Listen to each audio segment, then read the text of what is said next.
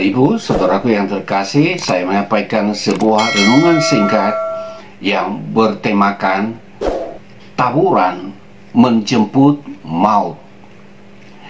Saya membacakan firman Tuhan di dalam kitab Amsal pasal 22 ayat yang ke-6. Didiklah orang muda menurut jalan yang patut baginya, maka pada masa tuanya pun ia tidak akan menyimpang daripada jalan itu. Saudaraku yang terkasih, hampir setiap hari kita menyaksikan adanya kejadian-kejadian tawuran antara kelompok satu dengan kelompok yang lain, terjadi antara pelajar dengan pelajar yang lain, juga di kalangan mahasiswa.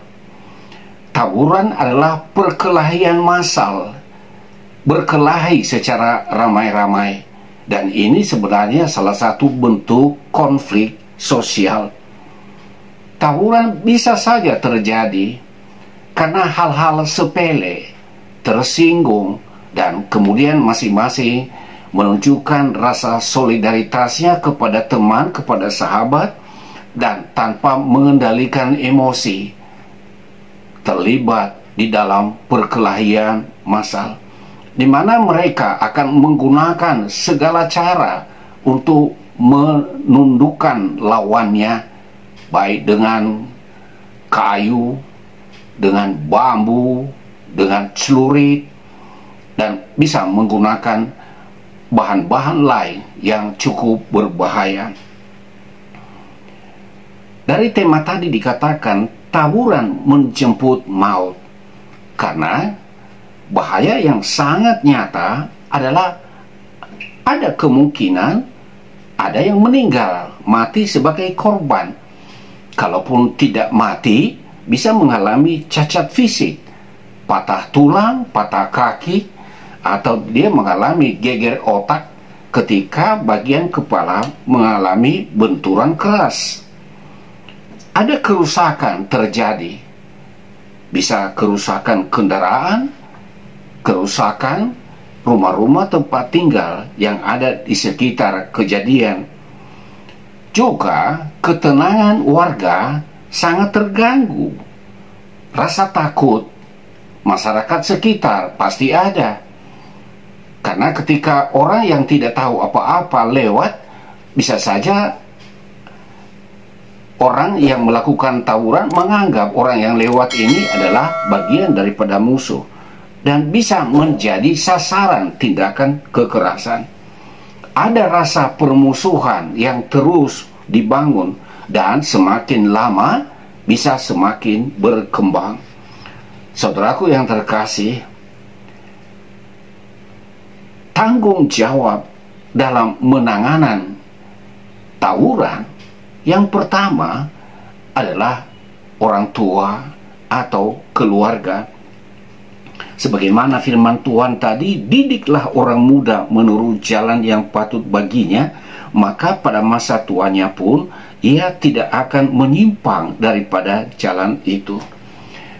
Jadi orang tua harus bertanggung jawab memberikan bimbingan etika moral kepada anak-anaknya.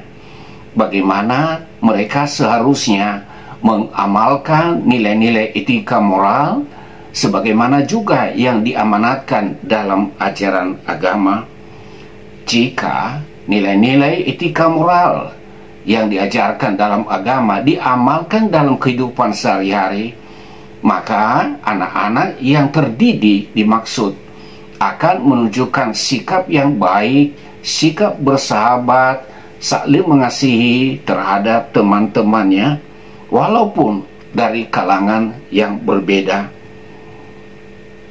Yang kedua, pengajaran etika sosial dalam proses pendidikan adalah bagian dari tanggung jawab para pendidik, mulai dari guru-guru SD, guru SLTP, guru SLTA, dan juga para dosen di perguruan tinggi.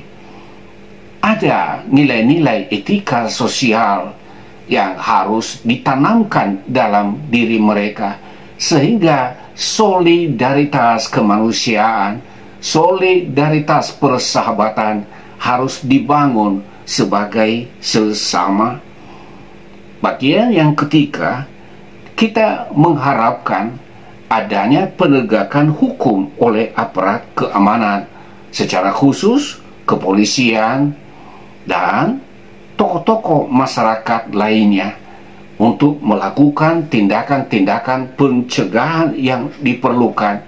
Dan bila tiba saatnya, memang perlu ada tindakan yang terukur yang bisa memberikan efek jera kepada orang-orang yang terlibat di dalam tawuran, sehingga lain waktu orang tidak mudah terprovokasi karena ia menyadari bahwa akibat tawuran akan mengandung banyak akibat, dan secara pribadi ia menanggung akibat tersebut. Karena itu, Bapak Ibu yang terkasih, tawuran bisa menjemput maut. Karena itu, baik sebagai keluarga, orang tua, para pendidik di lembaga pendidikan dimanapun, dan aparat penegak hukum, memang kita masing-masing punya tanggung jawab melindungi anak-anak kita, keluarga kita, agar tidak terlibat dalam perbuatan-perbuatan yang tak terpuji itu. Kiranya renungan singkat ini mengingatkan kita tentang bahaya tawuran, agar kita memiliki tanggung jawab mengarahkan anak-anak kita hidup dalam kebenaran dan tidak tergoda dengan provokasi, hasutan daripada teman-temannya. Tuhan memberkati.